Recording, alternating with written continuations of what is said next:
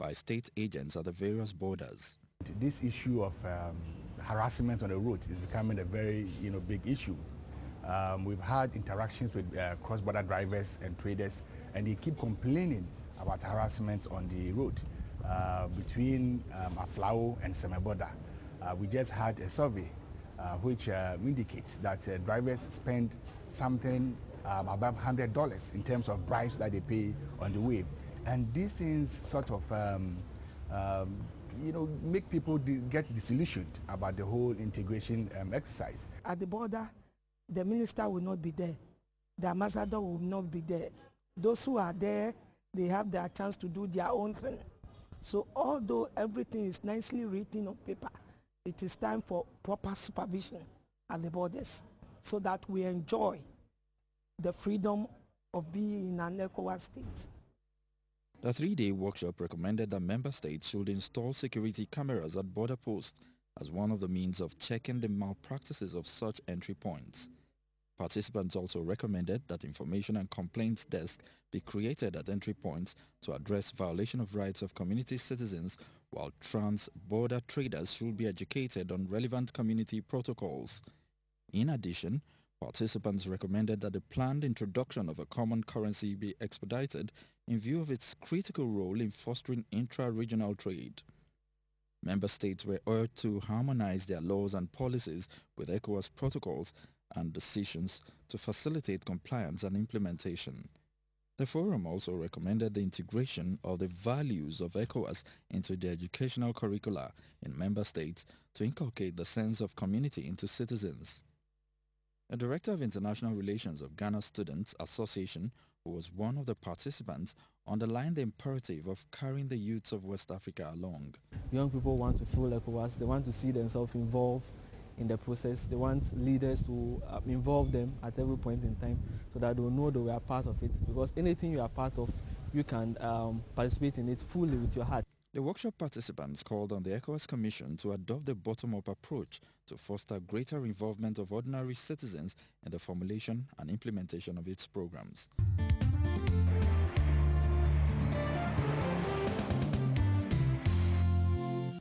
West Africa, as well as the Sahel region, could be facing a looming food crisis, with millions of people already reported to be facing food insecurity resulting from drought, poverty, and war, such as the ongoing one in Mali.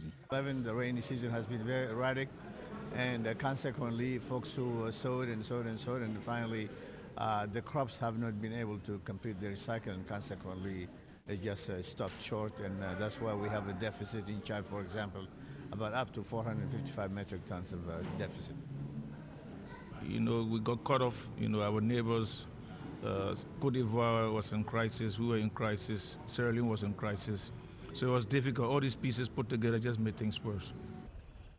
Ministers in charge of agriculture, regional integration and trade in the region have therefore appealed to the international community to help in mobilizing financial resources in support of regional initiatives to mitigate the worsening food and nutritional crisis in the region. At the end of their high-level interministerial meeting on the regional food crisis in Lomé, the ministers estimated that about $800 million would be required to complement ongoing efforts of the affected states, intergovernmental organizations, as well as financial and technical partners to address the crisis.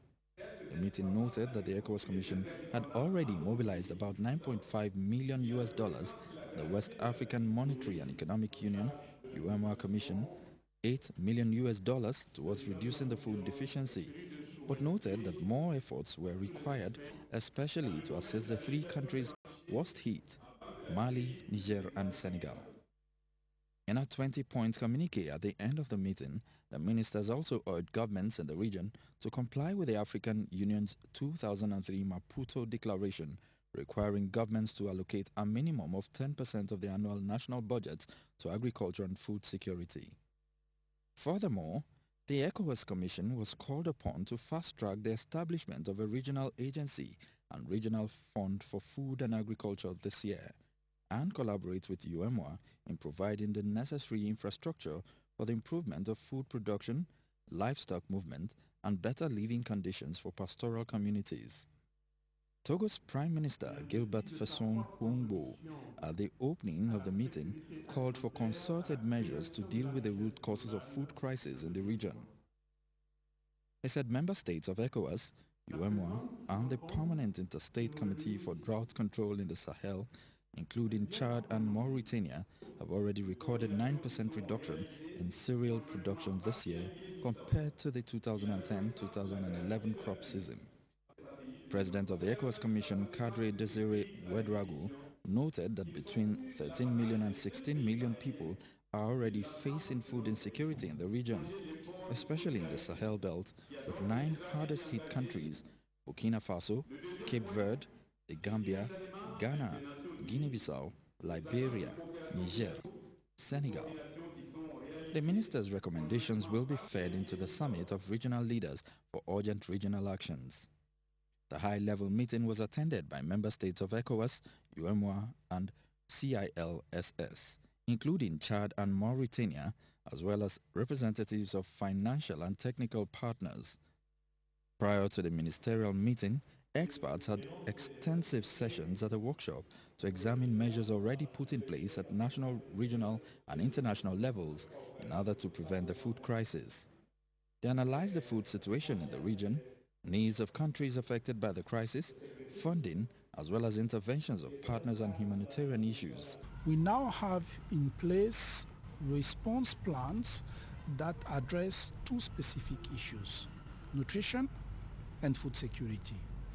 In the area of nutrition, our plans are to address the needs of moderate acute malnourished children under the age of 5, as well as pregnant and lactating women.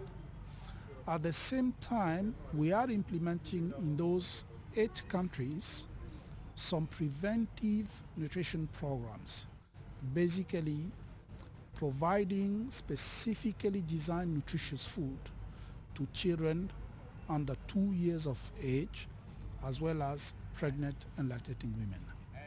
The second part of our intervention, which is the food security aspect, is the targeted distribution of food assistance, food aid to identified communities, vulnerable households within those 8 countries.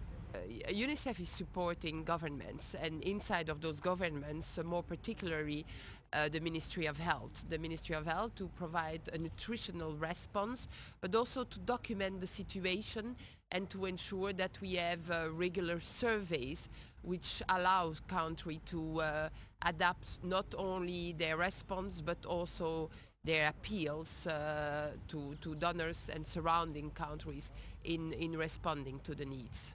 Previous efforts at addressing the recurring food crisis have been ineffective because the millions of people affected never got the chance to recover because of the quick successions in which the recurring cycle of hunger occurs. Thanks God we have controlled the situation until now, but the crisis is still ahead, and we hope that with the coming rainy season, if the rainy season comes earlier, we will be able to manage the situation.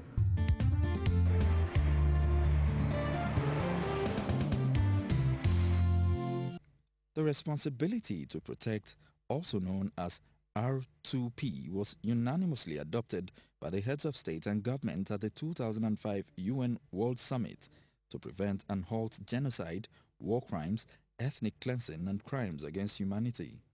It stipulates that every state has the responsibility to protect its populations from mass crimes against the background of the Rwanda genocide, the Srebrenica massacre, and other crimes against humanity. This responsibility entails the prevention of such crimes, including their incitement through appropriate and necessary means, and the heads of state accept that the responsibility and the will to act in accordance with it. The international community should, as appropriate, encourage and help states to exercise this responsibility and support the UN in establishing an early warning capability. Since acceptance